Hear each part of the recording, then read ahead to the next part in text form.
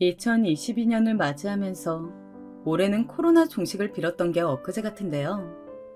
벌써 시간이 이렇게 훅훅 지나가 버렸네요. 눈 깜짝할 새 말이죠. 여러분들도 그렇게 느껴지시지 않으신가요? 그래도 올해는 작년, 재작년보다 우린 모두가 코로나로부터 조금 자유로웠던 것 같아요. 여러분들은 오늘 어떤 시간을 보내셨나요? 각자 어떤 시간을 보내다가 저희 톡톡 사연에 들어오셨는지 궁금하네요.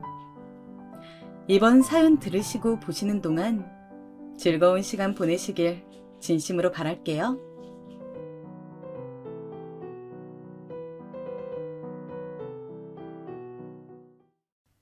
안녕하세요. 밥 친구한테 사연을 다 보내보게 되었네요. 혹시 밥 친구가 뭔지 아세요? 모르시는 분들도 분명 계시겠죠? 요즘에 혼자서 끼니를 해결하는 1인 가족이 많잖아요. 그리고 코로나 사태 이후로 직장에서나 식당에서나 혼자 밥을 먹는 경우가 늘어났고요. 이때 스마트폰으로 영상을 시청하면서 식사를 하는 경우가 대부분인데, 이때 주로 선호되는 영상, 이걸 바로 밥 친구라고 부릅니다. 나름 신조어라고 볼 수도 있겠네요. 저에게 톡톡 사연은 기특한 밥 친구예요. 짧은 예능 영상들보다 길이가 훨씬 기니까 밥을 여유롭게 먹을 수 있고요. 발음 좋은 성우분이 또박또박 잘 읽어주시니까 굳이 화면을 계속 보지 않아도 돼서 식사에 집중을 하기도 좋습니다. 이상적인 식사 시간은 최소 20분 이상이라고 하잖아요. 저는 왠지 톡톡 사연 덕분에 밥을 급하게 먹지 않고 느긋하게 또는 재미있는 환경에서 먹을 수 있는 것 같아요. 다양한 사연을 접하면서 와, 세상 사는 모습들 진짜 가지각색이구나 싶다는 생각을 항상 해요. 그러다가도 왠지 이 사연 쓰신 분은 나랑 성격이 비슷한 것 같다. 내가 겪은 일하고 느낌이 비슷한 사연도 있네? 하는 생각도 들고는 해요.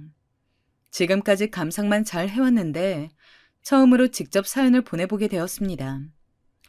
저도 어느 사연에 뒤처지지 않을 만큼 황당한 일을 겪었거든요. 물론 저의 필력이 부족해서 그 생생함이나 무게감이 전달되지 않을 수도 있어요. 긴 글을 써본 적이 없어서 그런 것이니까 너그러이 감안해 주세요. 밥 친구라는 요즘 표현을 아는 것도 그렇고 저는 유행 같은 것에 민감하게 반응하는데요. 그래서 인터넷에서 화제를 얻는 글은 꼭 찾아서 보는 편이에요. 전에 열등감이라는 단어가 들어간 글을 본 적이 있는데요. 제 사연을 적으려다 보니까 그 글이 떠오릅니다. 저의 지인 중 한 분이 개척용이었거든요. 자수성가를 해서 현재는 자산이 엄청나다고 알고 있어요. 건물주이기도 하고요. 언변도 좋고 성격도 활발하고 보이기로는 성실하면서 사람도 괜찮아 보이거든요. 그런데 대화를 날 잡고 길게 나눠보잖아요. 그러면 느낌이 좀 달라지더라고요. 어딘가 사람이 좀 꼬인 것 같달까요? 자기보다 부족하고 약한 사람한테는 막말하고 우습게 보고 자기보다 잘 나가는 사람은 까내리면서 흠을 그렇게 잡더라고요. 그 사람하고 가깝다는 인물들을 보면 다 그 사람이랑 비슷한 캐릭터들 같아요. 성공을 거둬서 경쟁력도 받쳐주고 남편도 사람 괜찮고요. 그런데도 왜 그럴까요? 아무리 자기가 성공을 이룩해내도 남한테 느끼는 질투나 열등감, 그런 건 어쩔 수 없는 걸까요? 저뿐만 아니라 그 사람을 겪어본 다른 이들도 비슷하게 느꼈더라고요. 그 사람 조건만 보면 안 그럴 것 같은데 열등감이 장난 아니라고요. 이유가 궁금한데 유추 가능하신 분 있을까요? 남부러울 것 없이 살게 되었어도 내면에 열등감이 깃들어 있다는 이야기. 글을 본 사람들의 반응도 엄청났고 의견들이 활발하게 오갔었는데요. 누구나 약점은 있다는 게 주된 핵심이었습니다. 잘난 사람도 그 안에 내재되어 있는 열등감을 부르는 요소들은 꼭 하나씩 있다는 것이었어요. 혹시 이 열등감이라는 것을 보면서 여러분도 주변에 떠오르는 지인이 계신가요? 저는 제가 겪은 열등감 덩어리의 인물을 사연 속에서 소개하고자 합니다. 그 인물의 정체를 미리 공개하자면 제가 결혼한 사람의 모친 되시는 분이셨죠. 네, 시어머니라는 호칭을 단 그분 말이에요. 제가 27, 남편이 30일 때 저희 딴에는 정말 결혼 정년기에도 최적기에 결혼을 했다고 생각했었습니다. 벌이 수준, 비슷한 수준이었고요. 결혼에 대한 가치관, 그것도 나름 비슷한 편이었습니다. 단지 결혼 당시에 살짝 마음에 걸린 점이 있었다면 남편이 결혼에 그리 적극적이진 않았다는 사실이었어요. 저만 그랬을 수도 있는데, 아니 그래도 여자라면 응당 내 남자한테 1순위가 되어서 사랑받고 그 애정을 만끽하는 것에서 오는 충족감이라는 게 있지 않나요? 저는 그랬었거든요. 그래서 남편이랑 결혼을 준비하면서도 내심 섭섭한 점이 많았습니다. 당시에 저는 이 사람이랑 결혼하면 좋겠다. 괜찮겠다. 이런 마음의 결혼 결심이 출발했던 것이었는데요. 반면에 남편이 밝힌 결혼 결심의 전말은 나이 찾고 이 정도 여자면 조건 나쁘지 않고 다른 선택지 고르기 귀찮고 그러니까 그냥 결혼해야겠네. 라는 것이었습니다. 너무 현실적이다 못해서 사람 맥 빠지게 하는 것 아닌가요? 그 심경 고백 같지도 않은 마음속 이야기를 결혼 준비 초반에 알았으면 제가 다 엎어버렸을지도 몰라요. 하지만 예식장 예약이 끝나다 못해서 청첩장 인쇄 끝났을 때였던걸요. 너무 황당하고 어이가 없긴 했지만 내가 모르는 부분들이 이렇게나 있는 모양이네. 원래 진심을 약간 담백하게 포장해서 꺼내 보이는 성격일 수도 있잖아. 저는 자기 합리화를 했었습니다. 왜 그랬을까요? 콩깍지가 눈에 잔뜩 껴서 뵈는 게 없었나 봐요. 아무튼 간에 저는 그렇게 남편과 결혼을 해서 부부가 되었습니다. 다 따져보자면 반반 비율로 결혼했던 셈이었어요. 돈은 양쪽에서 비슷하게 지불을 했고요. 그런데 결혼하고 나서 시댁 측으로부터 선물을 좀 많이 받았었죠. 명품 선물들이었고 시댁이 형편 좋은 집안이라는 것과 별개로 좋은 씀씀이를 보여주시는 것에 감사하였으며 또한 감동이었습니다. 특히 시어머니께서 직접 백화점으로 가서 저희 부부가 쓸 명품들을 고르셨다는 것에 정성마저 느낄 수 있었어요. 저도 앞으로 시댁에 잘하는 며느리가 되어야겠다고 생각을 했었습니다. 시댁과 친정, 양가 모두 근거리에 있는 편이었어요. 공평하게 차로 30분 정도 걸렸으니 그렇다고 할 만했죠. 결혼한 이야기를 겉핥기식으로나마 적어보았으니 잠시 제 친정 이야기를 적어볼까 합니다. 저희 친정엄마의 이야기요. 친정엄마는 원래 타고나시기를 진취적인 성격이셨대요. 아주 평범한 수준의 집안에서 태어나고 자라셨지만 반드시 대학을 가겠다는 일념, 여자도 대학을 나와야 멋있다는 생각을 가지고 대학을 진학하게 되셨습니다. 그리고 대학을 나온 후에는 적당한 직장에 들어가 돈을 벌기 시작하셨는데요. 어느 날 주말 저녁에 친구를 만나시려고 번화가에 나가셨다가 문득 알록달록한 옷차림들이 눈에 들어오더래요. 절대 직장에서 못 입고 나갈 옷들이네. 그런데 엄청 멋스러워 보이잖아. 내가 저런 옷을 사본 지가 얼마나 되었지? 보니까 다들 내 또래 같은데. 나는 왜 곧바로 일자리를 구해서 월급쟁이가 될 생각밖에는 못했을까? 쟤네들 정말 멋있어 보인다. 정말 자유로워 보여. 친정엄마는 퇴사를 결심하셨고 정말로 그 결심을 현실로 이뤄내셨어요. 다른 직장을 구한 것도 아닌데 퇴사를 한다 그러니까 가족, 친지, 친구, 각종 지인들이 다들 난리였대요. 제정신이냐, 어디 몸이 아픈 거냐 이러면서 말이죠. 하지만 친정엄마는 생각이 있으셨습니다. 바로 옷장사를 하고 싶으시다는 생각이요. 아무런 정보도 연줄도 없었어요. 그런데 그냥 옷장사를 하고 싶다는 일념, 오직 그거 하나만 가지고서 맨 땅에 헤딩을 하셨던 거예요. 번화가의 옷가게에서 일을 하면서 보는 눈을 키웠고 인맥을 만들었고 장사가 이뤄지는 구조를 익혔습니다. 이듬해 친정엄마는 진짜로 본인의 가게를 차려버렸어요. 그게 망하면 끝장인 것이었습니다. 친정엄마가 그날까지 아끼고 아낀 돈은 물론이고 다른 돈들까지 투자로 들어가 버렸으니까요. 사업이며 장사 뜨내기가 오로지 열정 하나로 차린 가게. 초반에는 파리만 날렸다고 합니다. 들어와서는 기웃거리기만 하고 구매하지 않는 허수들만 손님으로 왔었고요. 그래도 나는 그때가 좋았어. 왜냐하면 내가 하고 싶은 일을 하고 있다는 생각. 내가 내 꿈을 이뤘다는 생각으로 그냥 막 웃음이 나왔어. 생글생글 웃으면서 매장을 지키고 옷을 떼오곤 그랬지.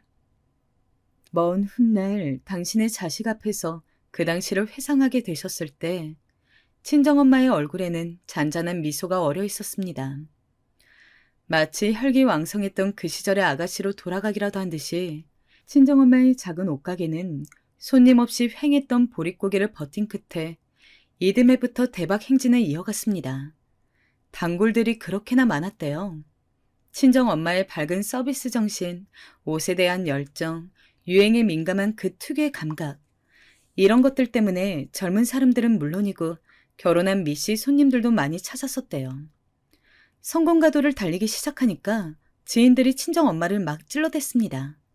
괜찮은 남자를 물어볼 때가 되었다면서 말이에요.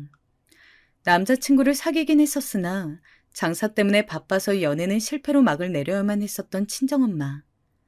지인들의 성화에 그럼 남자친구를 모처럼 만들어 볼까? 이런 반응을 내놓았다고 합니다.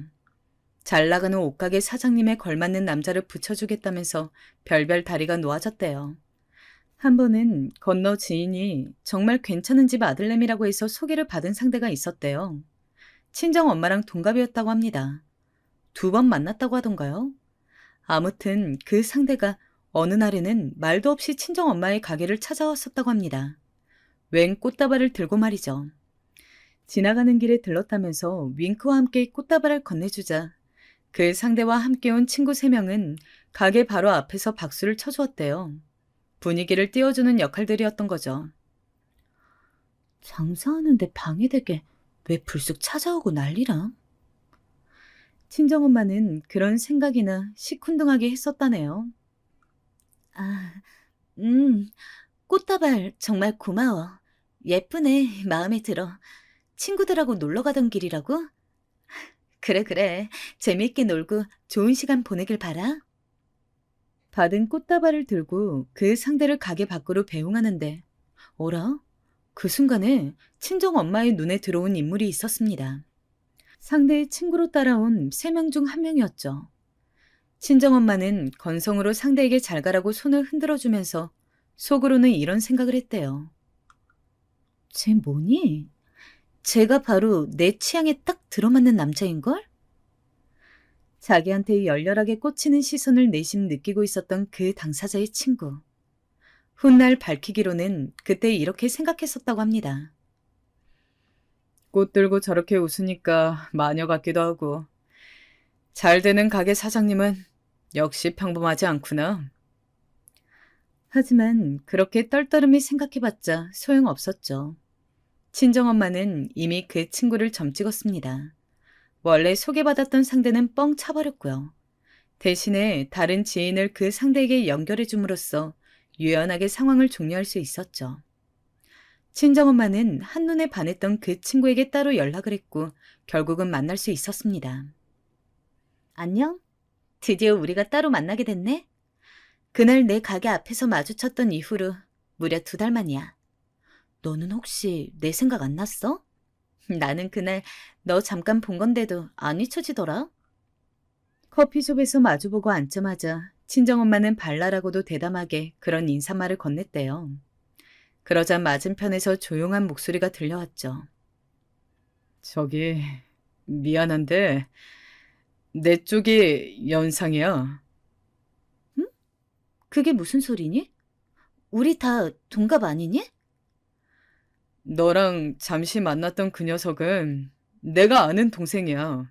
내가 그 녀석보다 형이야. 2살 더 많아. 전부 다 동갑인 줄로만 알았던 친정엄마는 커다란 충격을 받고 말았습니다. 대담하게 행동했던 것에 대한 민망함이 막 밀려오면서 애써 괜찮은 척을 하려고 했지만 자기도 모르게 얼굴에 열이 오르더래요.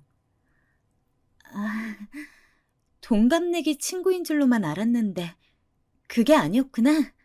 아, 저보다 오빠셨군요. 오빠라고 불러도 되는 거 맞죠? 아무렇지 않은 척 표정을 꾸며냈으나 막 횡설수설하고 말았다죠. 친정엄마가 너무 당황스러워하니까 오히려 그 모습을 보고선 맞은편에서는 미소가 피어올랐습니다. 오빠라고 불러도 돼. 그리고 반말해도 돼. 다정한 목소리에 친정엄마는 그 시간부로 완전히 빠져버렸다고 합니다. 어쩌면 연애는 물론이고 결혼까지 그때부터 예고되어 있었던 것일지도 모르죠. 늘 적극적이고 다가가는 친정엄마에게 못 이기는 척 늘 넘어가 주었던 사람. 바로 저희 친정아빠이세요. 두 분은 연애 기간 동안 한 번도 싸우신 적이 없으셨대요. 저한테 거짓말로 그러신 건지 아니면 진담이신 건지 그 여부는 제가 알지 못하지만 적어도 집안의 장녀로 태어난 제가 보아온 부모님의 모습으로 미뤄봐서는 아마 그건 진실이었을 것이라고 예상이 됩니다. 친정엄마는 결혼 이후로 운영하는 가게를 한 곳 더 늘리셨었고요. 그러다가 저를 임신하시자 가게들을 다른 사람에게 넘겼습니다. 그때 아주 한몫 제대로 땡겼지. 그걸로 한미천 삼았다니까. 친정엄마는 그때를 회상하시면서 너무 뿌듯해하셨어요. 처음으로 일궈내셨던 업적들을 떠나보내야 했던 슬픔이나 아쉬움보다는 그저 후련함과 성취감이 앞서셨다고 합니다. 저랑 동생을 낳으셨고 저희들이 초등학교에 다 입학한 이후로는 새로운 도전을 시작하셨죠. 앞만 봐도 내가 요리 소질이 있는 것 같단 말이지. 애들한테 음식 해줄 때만 봐도 접시에다가 예쁘게 놓는 감각이며 양을 딱 맞추는 것도 심상치가 않아. 이거는 장사를 한번 해봐야 돼. 제가 초등학교 3학년, 10살이었던 운동회 날 친정엄마는 손수 싸우신 도시락 앞에서 그런 말씀을 하셨습니다. 다른 친구들이며 엄마들이 전부 제 도시락을 부러운 듯 신기한 듯 쳐다보고 있었으니 저는 친정엄마의 그 혼잣말이 영 이상한 내용이라고는 생각하지 않았었네요. 어려서 뭐가 뭔지는 잘 몰랐지만요. 친정엄마는 그때로부터 며칠 안 지나서 바로 가게 자리를 알아보고 다니셨고요. 결국은 작은 밥집을 오픈하기에 이르렀습니다. 한식집이었고 메뉴는 딱 5개였어요. 나중에는 7개로 늘어났었지만요. 작은 규모의 아기자기한 가게였고 저랑 동생이 여가 시간을 보내기도 하는 공간이었습니다. 그곳에서 보낸 시간들 속의 추억이 참 많았네요. 당시 주변의 식당 가게에 비해서 친정엄마의 식당은 대략 1,000원 정도씩 비쌌어요. 나름 큰 차이였죠. 그래서인지 초반에는 잘 안 됐습니다. 오는 사람만 그냥 한 번씩 오는 정도였고요. 그런데 시간이 지나면서 계속 잘 되기 시작했어요.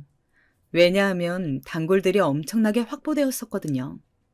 제 기억 속에 선명하게 남아있는 장면인데 어떤 아주머니 손님 2분께서 같이 오셔서는 식사를 하시던 도중에 이렇게 말씀을 하셨습니다. 나도 가끔은 이렇게 누가 정성스레 차려주는 밥을 먹고 싶다 이거야. 남편이고 자식이고 허구한 날 그 입들 먹이려고 하는 밥 말고 진짜 남이 차려주는 한식 한 상 이렇게 먹으니까 너무 좋아. 솔직히 내가 하는 것보다 더 맛있어. 특별한 맛은 없는데 자꾸 젓가락이 가네. 나는 처음에 이 집에서 먹어보곤 음식이 좀 싱겁다 싶었는데 먹고 나서 계속 생각이 나더라고. 자극적이지 않으니까 부담이 없고 은근히 소화도 잘 되더라. 다른 번듯한 집에 가서 저렴하게 먹는 것보다 여기 소박한 집에 와서 돈 조금 더 주고 정성 가득한 밥 먹는 게 훨씬 좋더라. 친정 엄마표 메뉴가 왜 잘 팔리는지, 웬 단골들이 자꾸만 늘어나는지 유추할 수 있는 대목이었습니다. 시간이 갈수록 점차 반응이 열화와 같았던 메뉴가 한 가지 있었는데 그건 친정 엄마표 제육볶음이었습니다. 이것에서 시작하여 나중에는 돼지 두루치기 전문점으로 큰 식당이 탄생하기에 이르렀죠. 그 식당은 진짜 만석은 기본이고 주말이면 대기줄을 서야만 들어올 수 있었을 만큼 잘 되었어요. 그때는 제가 대학생이었기 때문에 톡톡하게 일손을 거들어드릴 수 있었죠. 친정엄마는 이런 길을 걸어오셨지만 반면에 친정아빠는 묵묵한 샐러리맨이셨습니다. 오직 회사의 뼈를 묻는다. 이런 각오로 출퇴근을 반복하셨던 분이셨어요. 그러니까 성향이 완전히 반대였던 것이죠. 주변에서도 엄청 신기했어요. 아니, 보통 장사가 그렇게 잘 되면 회사를 그만두고 같이 장사에 뛰어들지 않나? 어째 회사를 계속 다녔대? 참 희한하네. 하지만 친정엄마가 말씀하시기를 친정아빠가 흔들림 없이 회사 생활을 이어나가셨기 때문에 심적인 안정감을 느끼실 수 있었대요. 또한 친정아빠도 말씀하시기를 장사 성향도 아니고 서비스도 자신 없는데 같이 하자고 친정엄마가 채근하지 않아서 다행이었다고 하셨죠. 이렇게 두 분은 성격이면 모든 스타일이 정반대셨지만 잘 융합이 돼서 서로에게 좋은 결과를 안겨주는 존재가 되셨던 것 같아요. 친정엄마는 제가 결혼하기 전에 식당을 정리하셨어요. 무던한 일상을 보내고 싶으시다 하셨고 저희 가족들 모두 그 결과를 존중해드렸습니다. 장녀인 제가 결혼하던 날 두 분께서는 손을 꼭 붙잡고 계셨죠. 우리가 세상에 내놓았던 그 자그마한 생명이 어느새 이렇게 다 자라서 인생의 반려를 맡게 되었네. 우리도 이렇게 늙어간다. 여보, 남은 인생 우리도 잘 살아보자. 친정아빠가 그렇게 말씀하셨을 때 친정엄마가 깨르르 웃으셨는데 마치 소녀 같아 보이셔서 얼마나 제 얼굴에도 짙은 미소가 피어올랐는지 모릅니다. 두 분의 바람처럼 그렇게 무탈한 앞날, 더 잘 살 수 있는 나날만 펼쳐졌으면 좋았을 텐데요. 동생이 결혼하고 나서 먼 지방으로 내려갔고 그렇게 자리를 잡아서 살고 있었을 때 자식 두 명을 모두 결혼시키고 인생의 후반기를 즐기고 계시던 친정엄마의 어느 일상 중에서 하루였습니다. 몸이 뻐근하고 피곤하다고 하니까 지인분께서 같이 마사지나 받으러 가자고 그러시더래요. 그래서 친정엄마가 마사지를 받으러 가셨던 거예요. 탈의를 하고 편안하게 누워서 마사지를 받고 있는데 노곤함으로 잠이 들락말락하던 친정엄마의 귀에 이런 목소리가 들려왔습니다. 자꾸 뭐가 만져지네. 분명히 이 지점에서 뭐가 만져지는데. 그 작은 혼잣말은 마사지사의 목소리였습니다. 몽롱하게 듣고만 계시던 친정엄마가 어느 순간 정신이 번쩍 드셔서 눈을 뜨고는 물어봤다고 합니다. 혹시 뭐 제 몸에 이상한 거라도 발견하셨어요? 그렇게 물어봤더니 마사지사가 긴가민가한 표정으로 아니, 그게 손님 가슴 한쪽에서 뭔가 딱딱한 게 작은 것이 만져지는 것 같아서요. 왠지 좋지 않은 것 같아서 자꾸 신경이 쓰여가지고. 이렇게 대답을 하였다는 겁니다. 친정엄마는 그 의견을 무시하지 않으셨고 병원으로 가서 검사를 받으셨어요. 근처의 병원을 우선으로 간 것이었지만 최종적으로는 대학병원까지 가셨어야만 했습니다. 유방암 진단이었어요. 그 소식을 듣고 저는 너무 갑작스러웠고 어이가 없고 놀라웠고 하늘이 원망스러워서 눈물도 고였고 정말 쓰러질 것만 같았습니다. 정작 당사자인 친정엄마는 덤덤하게 구셨지만요. 나는 내 인생이 이것으로 멈춰버릴 것이라고는 생각하지 않아. 이겨낼 거야. 반드시 이겨낼 수 있을 거야. 나는 그렇게 믿어. 친정엄마가 조용히 나지막하게 말씀하셨을 때 저는 울음을 꾹 참으면서 고개를 열심히 끄덕였습니다. 꼭 그렇게 될 거라는 믿음, 딸인 저부터 가져야겠다고 다짐했어요. 친정아빠도 결혼해서 지방으로 간 동생도 이것이 친정엄마와의 이별은 아닐 것이라고 필사적으로 믿었습니다. 가족인 저희가 결의를 다지자고 열심히 뜻을 모았어요. 저는 이러한 심정을 바탕으로 친정엄마의 유방암 소식을 너무 슬프거나 속상하지는 않게 남편한테 전달을 해주었습니다. 뭐? 장모님이 유방암 의심이라고 했던 그게 결국 확실했구나. 돌아가시는 건 아니라지? 응? 당연하지. 우리 엄마가 왜 이런 걸로 돌아가셔. 절대 아니야. 이겨내실 거야. 그럼 됐네. 다행이다. 그런 엄청난 소식을 접한 사람치고는 반응이 너무 건조한 것처럼 느껴졌다면 저의 과민이었을까요? 와, 섭섭함을 넘어서 확 짜증이 나더라고요. 저게 무슨 장모님을 염려하는 사위의 태도인가 싶었고요. 의외로 열렬한 리액션을 보인 쪽은 시어머니셨습니다. 뭐야? 사부인이 유방암으로 확진을 받으셨다고? 이런 세상에나 마상에나 어쩜 좋으니? 앞으로 그 고통스러운 과정을 어떻게 버티신다니. 어머나, 웬일이야. 마음 아파서 못 살겠다, 정말. 아휴, 속상해. 축약해서 이 정도인 것이고요. 당시 정말 별별 호들갑을 다 떠셨어요. 제가 다 떨떠름했을 정도로 말이죠. 어쨌든 무덤덤한 것보다 100배 나았으니까 염려의 말씀 감사하다고 인사를 잘 드렸습니다. 병원 측에서는 하루라도 빨리 수술하는 것이 나을 것 같다고 의견을 주셨고 저희는 당연히 따르기로 결정하였어요. 급하게 수술이 진행되었습니다. 목표했던 만큼의 결과를 낸 수술이 끝이 났고요. 하지만 암이 수술한다고 그것으로 끝이 아니라는 점에서 정말로 무서운 병이죠. 바로 항암 치료요. 수술을 마친 친정엄마는 항암 치료에 들어가셨습니다. 친정아빠와도 상의를 해보았고 친정엄마의 의견을 잘 들어본 결과 항암 치료를 받는 동안에는 회색 빛깔의 도시에서 벗어나서 조금 더 밝고 맑은 공기가 좋은 곳으로 가서 지내는 것이 좋겠다는 결론이 내려졌습니다. 늘 도시에만 살아오셨으면서 나는 시골이 좋아. 라고 말씀을 자주 하셨던 친정엄마. 암에 걸려 항암 치료를 하실 때가 돼서야 시골 생활을 하시게 되었네요. 수소문을 해서 알아본 요양병원에 입원을 하셨고 근처에는 친척분께서 살고 계셨기에 오가기가 너무 좋았습니다. 1차 항암 치료. 저희는 별일 없이 지나갈 것이라고 믿어 의심치 않았지만 친정엄마가 이를 악물고 버티셨음에도 쉽지 않았습니다. 응급실을 그렇게 자주 가게 되실 거라곤 상상조차 못했었네요. 이제 겨우 1차 항암이라니. 정말 믿어지지가 않네. 친정엄마가 힘없이 말씀하셨을 때 딸로서 아무것도 해드릴 수 없는 것에 억장이 무너져 내렸습니다.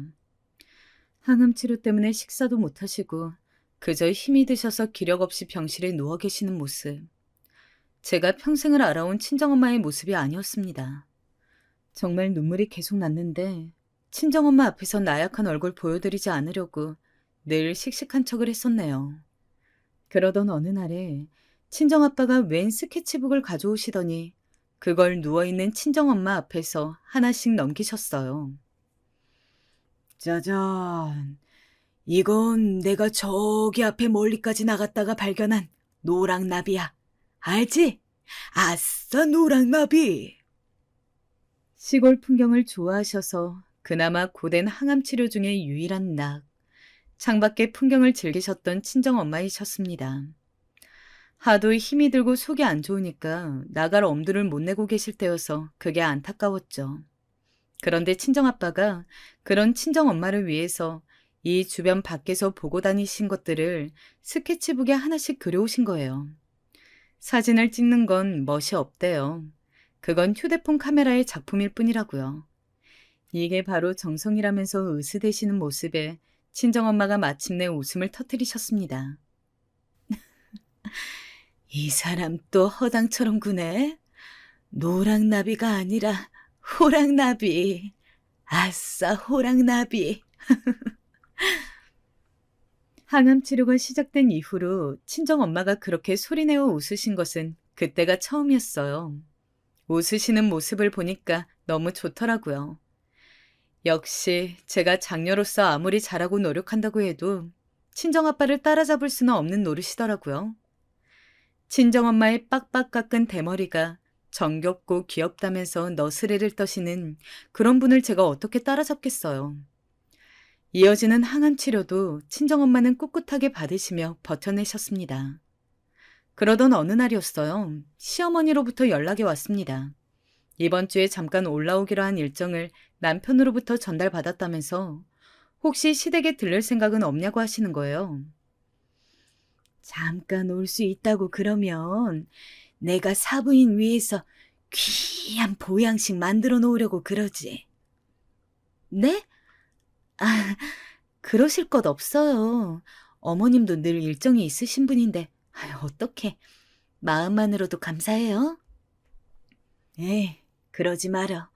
전에 들어보니까는 사부인께서 닭 요리를 유독 좋아하신다고 그러지 않았던가? 맞지? 네? 아, 고기 중에 닭고기를 워낙 좋아하시고 잘 드시기는 하는데요. 그러면 백숙이 괜찮겠네. 귀한 약재로 백숙을 푹 끓여봐야겠다. 전복도 넣으면 좋겠지? 혹시 문어는 같이 넣으면 음식 궁합이 어쩌려나? 벌써 하실 작정이셨는지 들뜨셔가지고는 계획을 막 말씀하시는 거예요. 그래서 이거 어쩐다 싶었는데 의외로 친정엄마는 좋다고 말씀을 해주셨어요. 그래, 그렇게까지 말씀을 하셨다면 가보는 것도 도리라고 할 수 있지. 나 수술 전날에도 전화 주셔서 구구절절 좋은 말씀 해주셨었잖아. 내심 나중에 보답 드려야지 이렇게 생각하고 있었는데 이번에 뵈면 일단 감사하다는 인사를 드릴 수 있지 않겠어? 무엇보다 친정엄마가 긍정적이라고 하시니까 그럼 그렇게 하는 것이 낫겠다 싶었죠. 그래서 시어머니께 연락해서 어느 날 몇 시에 들르겠다고 말씀을 드렸습니다. 굉장히 반색을 해주셨고요. 그때까지만 해도 그래서 나는 남편보다 나은 시어머니를 만난 경우인가 보네. 이런 생각을 하고 있었더랍니다. 왜냐하면 남편이랑 살짝 냉전 중이었거든요. 정남이라고나 없는 남편 때문에 진짜 정이 떨어질 대로 떨어져서 간당간당거리고 있었어요. 그러니까 상대적으로 시어머니가 훨씬 더 나아 보였던 것이었죠. 약속이 되어 있었던 날, 저랑 친정엄마랑 둘이서 시댁을 방문하였습니다. 시아버지께서는 안 계셨고 시어머니 혼자서 앞치마 차림으로 저희를 맞아주셨습니다. 저는 오는 길에 친정엄마한테 시아버지는 분명 안 계실 거다. 이렇게 언지를 해놓았기 때문에 친정엄마가 시아버지는 혹시 계시는지 여부를 묻지 않으실 수 있었죠. 어머, 사부인, 얼굴이 반쪽이 되셨어요. 원래도 가뜩이나 날씬하셨는데 이제는 너무 말라지셨네. 제가 보양식 제대로 고아놨으니까 그거 드시고선 얼른 원기 회복하셨으면 하네요. 시어머니께서 호들갑을 떨며 인사를 해주셨어요. 두 손을 막 바르르 떠시면서 그러시길래 걱정이 많이 되셨기 때문에 저러시나 보다 이렇게 생각을 했었습니다. 참고로 저희 시댁이 꽤 잘 살아요. 저희 집이 잘 쳐줘봐야 중산층이었던 친가, 그리고 자수성가하여 돈을 모은 외가로 대충 설명이 된다고 치면요. 시댁은 그냥 원래 부자인 집이었습니다. 시아버지께서 원래 땅부자 집안이셨는데 그게 로또보다 더 크게 터졌다나? 그런 것으로 알고 있습니다. 시어머니께서는 적당히 사는 집안이셨던 걸로 알고 있었고요. 시댁이 빌라인데 그 저렴한 전국에 널리 그 빌라 말고요. 연예인들이 살 법한 TV에서 고급 빌라로 소개되는 그런 빌라였습니다. 실제로 시댁에 이은 유명한 사업가, 여당 정치인이었어요. 아마 연예인도 한 집 있었을걸요? 그런 집이라서 테라스 너머로 작은 정원 같은 공간이 있었는데 거기에 작은 텃밭이 있었어요. 상추 같은 몇 종을 시어머니께서 심어 놓으신 것이었고요. 도시 사람이지만 시골 감성 좋아한다는 사람 제가 소개 드렸었죠? 네, 저희 친정엄마요. 그 작은 텃밭이 아기자기하고 예쁜 색깔로 꾸며진 걸 보시고 바로 관심을 보이셨습니다. 친정엄마가 그날 컨디션이 식사를 본격적으로 하실 정도는 아니었어서 맛만 보는 식으로 조금씩 내어주겠다고 시어머니께서 그러셨어요. 그리고 가져가라고 보온통에다가 보양식을 싸주겠다고 하셨습니다. 저희는 너무 좋다고 그랬고요. 테라스 나가서 구경하셔도 돼요. 바깥에 슬리퍼 있으니까 그거 신으시면 되고요. 저희가 텃밭을 구경하는 동안 보양식을 포장하고 당장 먹을 것 그릇에 내오겠다고 시어머니께서 그러셨어요. 시어머니의 말씀에 친정엄마는 화색이 도셔서 곧장 테라스로 향하셨습니다. 저도 친정엄마를 따라서 테라스로 같이 나가봤죠. 그런데 친정엄마가 문득 걱정스러운 표정으로 그래도 준비하는 거 네가 도와주는 게 맞지 않겠니? 얼른 가서 도와드려. 이렇게 말씀을 하시는 거예요. 그제야 제가 아차차 싶었습니다. 그동안 암투병하는 친정엄마에게 너무 모든 초점이 맞춰진 일상을 살다가 왔더니 제가 그런 것마저 놓치고 말았던 거예요. 망각했던 것을 반성하면서 저는 친정엄마만 테라스에 두고 실내로 돌아갔습니다. 넓은 거실을 지나 부엌으로 가는 동안 저는 양말만 신은 발이었어서 전혀 소리가 안 났어요. 그러니까 제가 부엌으로 가는 것을 시어머니께서는 모르실 수밖에 없었죠. 제가 사연 서두에 적었죠. 아무리 잘난 사람이라도 가지고 있다는 그 열등감이라는 것에 대해서요. 그리고 그 열등감의 주인공은 바로 제 시어머니셨다고요. 이 일로 인해서 제가 그렇게 느끼게 된 것이었습니다. 이거 무슨 소리인가 싶었네요. 부엌으로 완전히 가까워졌을 때 갑작스러운 소리가 들려와서 저는 걸음을 잠시 멈췄어야만 했어요. 암만 해도 이거 가래침 뱉는 소리처럼 생각이 되었죠. 순간적으로 저는 시어머니께서 가래가 끓어서 그거 뱉으셨구나. 뭐 그런 식으로만 얼른 판단이 내려졌습니다. 그래서 다시 부엌으로 향했는데 그때 다시금 이런 소리가 들려왔고 제 눈에는 작은 그릇 안에 가래침을 막 뱉으시곤 그것을 수저로 휘휘 저으시는 시어머니의 옆모습이 보였습니다. 정성스레 저으시는 모습을 보면서 저는 잠시 일시정지가 되었네요. 말 그대로 정지요. 생각이고 행동이고 그냥 딱 멈춰버렸어요. 내가 뭘 본 거지? 저게 지금 뭘까? 암 환자는 님이라. 그렇게 중얼거리시는 시어머니의 목소리. 그걸 들은 순간 제가 정신이 확 들고 말았습니다. 저는 성큼성큼 시어머니의 곁으로 다가갔습니다. 어머, 깜짝이야. 기겁하신 시어머니께서는 정말로 놀라 자빠질 뻔하셨죠. 그 바람에 손에 쥐고 계시던 수저를 놓치셨어요. 바닥에 뒹구는 수저를 한번 쳐다본 저는 피식 웃으면서 시어머니를 응시했습니다. 다 봤어요. 필요 없는 말 다 생략하고 그렇게 말씀드렸습니다. 시어머니께서는 부릅떠진 눈으로 가슴에 두 손을 얹으신 채 입만 벌리고 계셨어요. 기절할 노릇이셨겠죠. 설마 제가 테라스에 안 있고 곧바로 부엌에 올 줄은 상상도 못하셨을 테니까요. 그것도 아무 소리도 내지 않고 말이죠. 변명도 안 하실 건가요? 제가 싸늘한 눈빛으로 임매로만 웃으면서 그렇게 말씀드리니까 시어머니께서 두 손 주먹을 불끈 쥐시더니 뻔뻔하게 나오셨습니다. 대체 뭘 말이니? 소리도 없이 갑자기 옆에 와 있길래 놀랐을 뿐인데 나는? 침 뱉으셨잖아요. 이거 저희 친정엄마께 드시라고 하실 작정이셨죠? 암 환자한테? 침이라니. 내가 그런 교양머리 없는 짓을 할 것 같아? 증거 있어? 증거요? 이제 찾으면 되죠. 이거 가지고 가서 성분 분석 의뢰 넣으면 돼요. 그게 무슨 어려운 일이라고? 뭐라고? 성분 분석 의뢰? 그런 거 있는 줄 모르고 사셨나요? 이 넓고 좋은 집에서 TV 좀 보고 책도 좀 읽고 그렇게 사시지. 뭐하고 사신다고 그것도 모르셨나요? 다른 누구도 아닌 친정엄마한테, 그것도 암투병 중인 환자한테 도저히 용서가 안 되었습니다. 제가 말이 곱게 나갈래야 나갈 수가 없었죠. 사실 그것도 많이 참고 있는 수준이었어요. 그런데 제가 참고 있는 것을 모르셨던 걸까요? 시어머니께서는 이내 표정을 바꾸시고는 조금 웃어 보이셨습니다.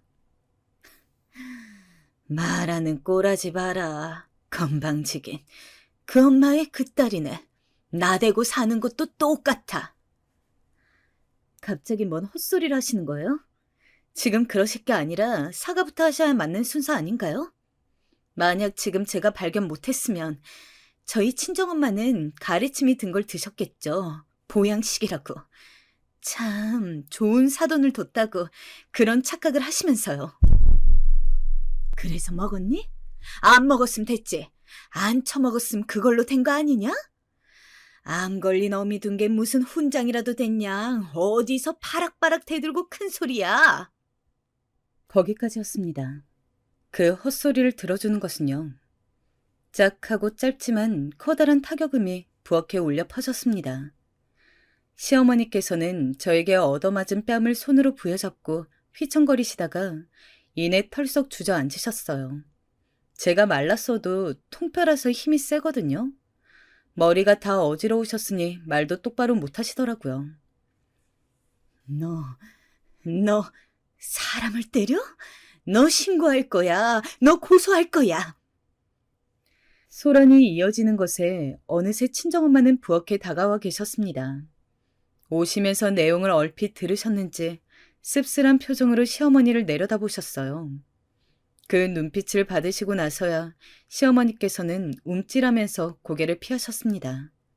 본인도 민망하고 창피하셨겠죠. 그 엄마의 그 아들이었네? 다 똑같았네. 이혼하렵니다. 안녕히 계세요. 보양씨? 혼자 잘 쳐드시고요. 같이 드실 분도 없으시잖아요? 안 그래요?